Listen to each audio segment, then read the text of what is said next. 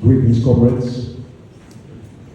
Since last we met, we cannot but feel the sea change in the conditions in which our struggles against imperialism and for socialism are being waged. We cannot but be aware that the imperialists of the US-led NATO bloc and their allies and stooges around the world are looking increasingly weak and vulnerable, even as they beat the drums for war and menace the people of the world. The foundations for this turning in the tide of class struggle have been being laid for some time. They were laid by the heroic resistance to imperialist wars in Afghanistan, Iraq, Syria, and Yemen. They were laid by the steadfast refusal to submit to economic brigandage by the DPRK, China, Cuba, Vietnam, Laos, Iran, Syria, Venezuela, and Russia. They were laid by 80 years of anti-fascist resistance in Donbass and by 75 years of anti-Zionist resistance in the Middle East.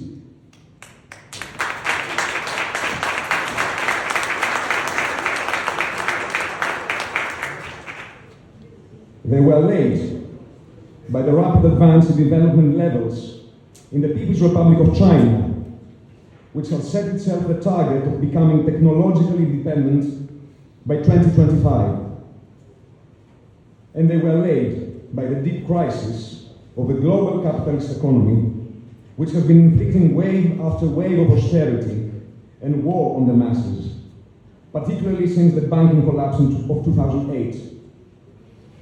As we meet, a new downward lurch of the crisis is expected to break out into the open at any moment and to bring with its consequences that will make the problems of 2008 look like a walk in the park. At such a time, comrades, it is vital that we are doing everything we can to prepare a movement to overcome the obstacles that lie between us and the successful conclusion to our struggles against imperialism and for socialism. Meeting in Athens gives us the opportunity to reflect on the experiences of comrades here in Greece during the last great wave of revolutionary struggle, a wave that was unleashed by another overproduction crisis and another global war drive. And as we examine afresh the great victories and defeats of our Greek comrades in the 1940s, we can see that this history contains many vital lessons for our movement today. The KKE was founded, as were communist parties around the world, out of the upheaval and crisis of the First World War and following the triumph of the Bolshevik Party in the Great October Socialist Revolution. That earth-shaking event proved decisively the necessity of Bolshevizing our movement, of building in every country a party of the Leninist type. Parties founded firmly on the principles of scientific socialism and experienced in the art of popularizing this Marxist understanding amongst the masses. Parties capable of attracting the best elements of the working class and training them. Parties able to navigate the complex waters of class struggle and hold firmly to the main objective at any particular moment, pointing out a clear line of march to the wider masses. Parties organized so that their cadres can carry out party decisions with the flexible maneuverability and iron discipline of a highly motivated army. Comrades, a movement and parties of this type are still what the working class needs if it is to succeed in freeing itself from exploitation once and for all. We must study seriously and in detail the experience of the Bolsheviks in building such a party, as well as the experience of doing the same in our own countries. Where did they succeed? Where did they fail? How can this understanding help our movement to develop today? In the early days of the new Communist International, most of the parties that made it up were small, in many parts of the world. No meaningful socialist movement had existed before the October Revolution, electrified the nascent national movements against colonialism, catapulting a new awareness of Marxism into their midst. In Europe, new communist organizations were formed from the revolutionary wings of the old rotten, social democratic parties that had failed the workers so badly during the anti-imperialist carnage and revolutionary crisis of World War I. And here is another important lesson for us today. It is not the size or the age of an organization that determines its success, but its ability to find and stick to a correct line. Its ability to withstand the constant pressures of bourgeois ideology in bourgeois political and social life. Its sincerity in striving for a really revolutionary outcome. Its success in training cadres who study deeply and who learn to put theory into practice, doing everything possible to raise the level of the collective's wisdom, even as it learns to act in a united and disciplined way. In every country, these new, small parties took strength from the success of the October Revolution, in overthrowing Russian Tsarism and imperialism, from the solving of the national question by the young USSR, from the liberation of Soviet women, and from the immense successes of the world's first planned economy, which unleashed the latent power and creativity of the working masses even as the global capitalist economy was sinking into its worst ever crisis of overproduction. And of course, Soviet socialism wasn't merely a distant example. It was a base for the world revolution in a very practical sense. From all over the oppressed world, young revolutionaries came to train in Marxist philosophy, history and economics, in party building, and in the techniques and logistics of underground organization and liberation warfare.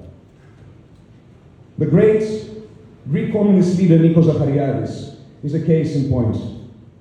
As a young man, he traveled to the Soviet Union and studied at both the International Lenin School and the Communist University of the Toilers of the East. He returned to Greece with a knowledge and experience necessary to help his party overcome its theoretical confusion and internal divisions, leading the KKE in a phase of rapid growth and development. Looking at this period, we see how our movement was able to grow rapidly in a situation where the communist forces were united and working together across international boundaries. Small communist parties were able to grow with a Soviet example and support at their back, and with a meaningful analysis and program to offer to the workers at a time when the economic crisis was exposing the inescapable and obscene contradictions of the capitalist system. This combination of the rise of an effective communist movement and the deepening crisis of the capitalist system forced the imperialists to resort to fascism, not only in the oppressed countries, but even in imperialist heartlands, such as Germany, Italy, and Spain. The imposition of fascist regimes in so many countries created an extremely difficult situation for the workers, who had to learn to wage the struggle in illegal ways. Here again, the Bolshevik example was of great help, for they had been the first to really successfully combine legal and illegal forms of work, and had a great store of experience and knowledge to share. In Greece, the KKE was banned, and its leaders imprisoned by a fascist regime that had the backing of British imperialism. The party was disorganized and had to adjust to illegal methods of work. But even from a prison cell, Comrade Zachariadis was one of the first leaders in Europe to call for a national front against fascism, galvanizing the workers to action by writing his legendary letters from jail, in which he set out a communist approach to waging the anti-fascist and anti-imperialist struggle. Communist leadership of the Greek National Liberation War, waged first against Italian and then against German fascist occupation, has many parallels with the anti-Japanese war waged against Mao Zedong and his comrades in China, a war in which the communists had to overcome their own internal divisions and also to force the unreliable and anti-communist nationalist forces into cooperation. Much can be learned about communist strategy and tactics in an oppressed country from studying these two examples. In Greece, the communists made their first important advance in their battle against hunger, which had struck with a vengeance in the wake of the Nazi invasion of May 1941. The German occupiers, commandeering food and other resources for themselves, left the masses so bereft that a full 1/3 of the Greek people starved to death. The Communist Organized National Liberation Front, the EAM, recognizing that this was its first duty, organized public dining rooms to ensure the physical survival of the people. The communists also founded the Greek People's Liberation Army, the Hellas, the only anti-fascist resistance movement not supported by the British, which actually helped it to gain the loyalty of the masses. The revolutionaries soon established liberated areas in the countryside and grew strong enough to not only to mount guerrilla attacks, but to wage full-scale warfare against the German and Italian occupiers. In the liberated areas, a new form of government was established. Not only was the population saved from hunger, but for the first time, ordinary Greek people, including women, now concluding, please.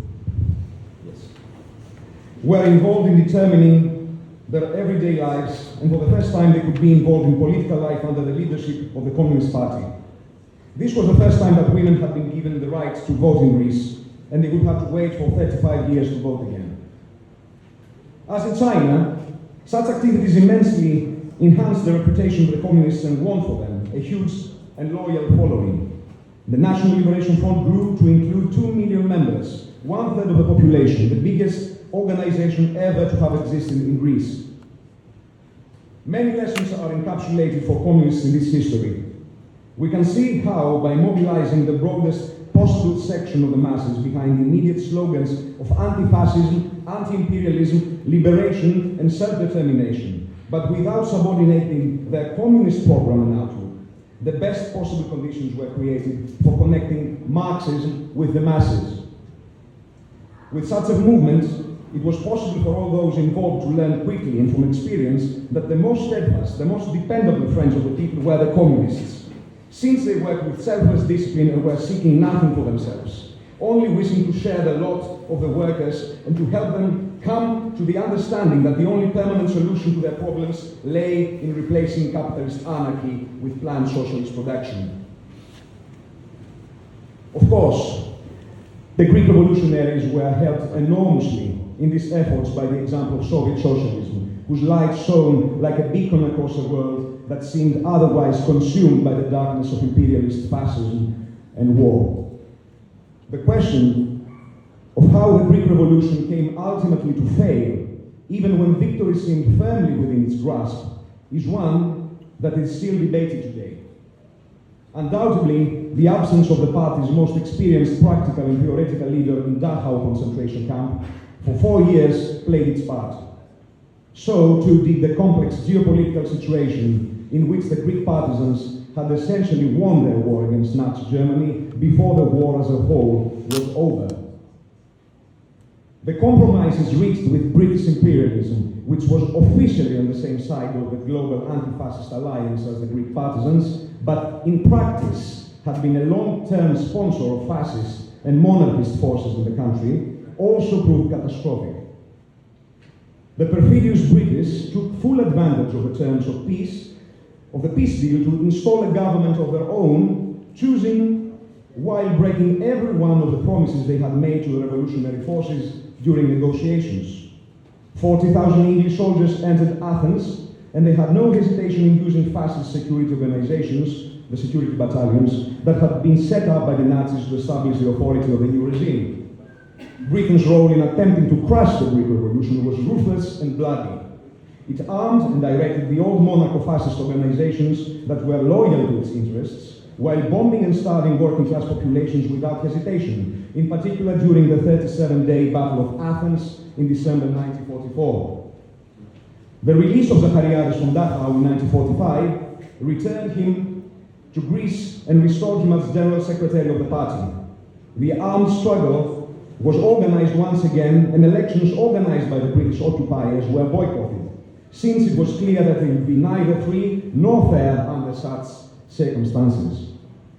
The British Labour government that had come to power in 1945 was fully committed to the same path that Britain's wartime leader Winston Churchill had taken in Greece. Despite all the brutalities inflicted on the Greek people, however, British imperialism was unable to sustain the military and economic efforts required to suppress the revolution, and this role had to be handed over to the increasingly dominant power of US imperialism. Under the Truman Doctrine, the USA had committed itself to intervene anywhere in the world to protect any regime that was faced with imminent revolution. In 1947 to 48, US forces launched a series of major offensives in the mountains of Greece against the partisans. It was here that the US Army used napalm bombs for the first time. This weapon has become synonymous with imperialist brutality during the Vietnam War, but the truth is that such weapons have been used by the imperialists in almost every war they have waged from 1948 until today, when the latest iteration of napalm, white phosphorus, is being dropped from civilians in Gaza. During this vicious anti-insurgency campaign, partisans were beheaded, young men were driven out of the countryside en masse in order to deprive the Democratic Army forces of recruits, and a network of prisons and concentration camps was established, housing nearly 30,000 leftists, militants, and their families. Every form of torture and degradation was inflicted on those unfortunate enough to be sent to such notorious dungeons as Makronissos and Yaros. Meanwhile, the American soldiers acted as an army of occupation. As in Korea and elsewhere, they lived as a privileged caste, able to commit crimes against the local population with total impunity. From that day forward, the US Embassy acted as a behind-the-scenes shadow government in Greece. The last straw for the Greek partisans was the betrayal of Yugoslavia's leader Josip Broz Tito. Navigating a difficult international situation in which the Soviets were working night and day to effect the recovery of their war-torn homeland, and in which the USA had an atom bomb that the Soviet Union did not, Joseph Stalin's USSR officially gave no military assistance to the Democratic Army of Greece. Clearly, an unofficial agreement existed in the socialist camp, however. The USSR in reality sent much support through back channels. It even sent tanks through Yugoslavia, but these were confiscated by Tito. When Tito made the first rupture in the world socialist ranks, breaking with the Soviet Union and insisting on a third way towards socialism, to the great delight of the imperialists, one of his many hostile acts was to close the Yugoslav border to Greek partisans in July 1949. The KK leadership having taken the principal position of supporting the CPSU's correct position regarding the socialist line of advance. Trapped between the closed border and the US napalm bombardment, the Democratic Army of Greece was finally defeated. As the vicious campaign of suppression and retribution unfolded, 60,000 Greek partisans, communists, and family members were forced into exile in the socialist countries. Thus, we see that the ravages of revisionism within our own movement can be said to have claimed their first victims even before the death of Stalin. The next great challenge for our movement was the change of political and economic line in the USSR that accompanied the change of leadership under Stalin's death in 1953. This was an ideological onslaught that very few parties proved able to withstand. The theoretical gutting of many communist parties was a process already beginning to get underway in the imperialist countries, where welfare provision to the masses under the threat of socialist revolution had persuaded the communists of Britain, France, and the USA to believe that there was now a peaceful road open to socialism. And this process was given a decisive and worldwide impetus by the advent of Nikita Khrushchev to the position of CPSU and Soviet leader. Very few parties had the kind of leadership that was able to see the danger in the new lines adopted by Khrushchev during this period. One of the great tragedies for both Greece and the world is that one of the first, and the most principled of those who did see and did speak out against the problems he saw developing was KK leader Nikos Zachariadis. In many ways, Zachariadis was uniquely positioned to understand what was happening, both because of his former experience and training in the USSR and the Comintern, and also because of his first-hand experience of the changes that began to take place inside the Soviet Union after 1953. But given a situation in which he and his comrades were entirely dependent upon Soviet hospitality, Zachariadis needed both principle and bravery to speak up. The reward for his courageous stand was to find himself effectively excommunicated from the movement. The Khrushchev clique had him removed as leader and then expelled entirely from his party. He was exiled to Siberia, and his ability to influence the debate and strengthen the forces of anti-revisionism was cut off. In his way, Nikos Zachariadis' legacy was also buried. So effectively was information about his life and work hidden away that very few communists outside of Greece today remember his name. This must be reversed, and the true nature of his revolutionary legacy brought to light.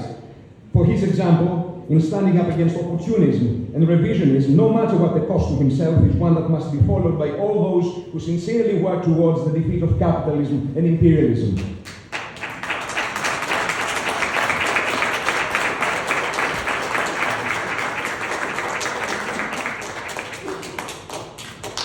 Let us take good note of this, the most important lesson of all. The strongest blows that have brought the most devastation to our movement have not come from outside, but from within our midst. The troubles brought upon us by Khrushchevite revisionism and the steady descent into bourgeois parliamentarism and Eurocommunism, the fratricidal warfare resulting from the Sino-Soviet split, the gutting and degeneration of parties that gave up a serious and independent study of Marxism, these have done more damage than have the combined military assaults of German, Japanese, British and US imperialism. Let us learn from the example of Comrade Kim Il-sung in Korea, who almost alone amongst communist leaders was able to navigate the turbulent ideological waters of this most difficult period, not only facing the unremitting hostility of US imperialism, but managing to maintain respectful and fraternal relationships with the USSR and China. The key, Comrade Kim Il-sung and the leaders of the Workers' Party of Korea did not give up their independent study of Marxism, did not give up the right to question the decisions or proposals of the leaders, even of the biggest communist parties in the world. This is a lesson to communists everywhere. Not one of us should hand over the entire burden of thinking to our leaders, no matter how well they have proved themselves in the past. Our movement is one that relies on deep knowledge and collective decision-making, and our discipline must be based on this knowledge. Without this basic requisite of Bolshevik organizing, we are left with only blind obedience and unquestioning loyalty, which is a perverse mockery of the communist unity we are trying to build. Indeed, blind obedience and unquestioning loyalty are the hallmarks, not of communist, but of fascist organizations. Comrades. Let us rise to this challenge, comrades, and take this message back to our comrades all over the world. Now is the time to master Marxism. Thank you.